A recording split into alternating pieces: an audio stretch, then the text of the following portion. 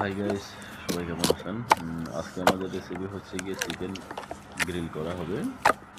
Chicken grill বলতে এটা chicken পোড়া মাটির গ্রিল বলা হয়।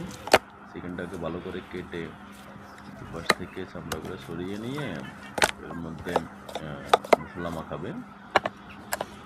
দেখুন, ভালো করে মশলা মিক্স করে নেবে, মশলাগুলোকে ব্লেন্ড করে নিয়ে ভালো করে আপনার চিকেনের উপর ভালো করে মেখে নিতে হবে, যেহেতু এটা সম্পূর্ণ ভিতরে ঢুকে যায়।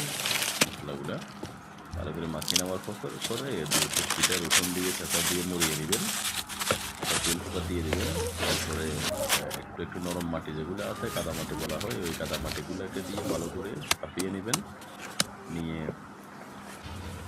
কাঠকয়লার চুলার মধ্যে কাঠকয়লা দিয়ে আগুন জ্বালিয়ে দেবেন।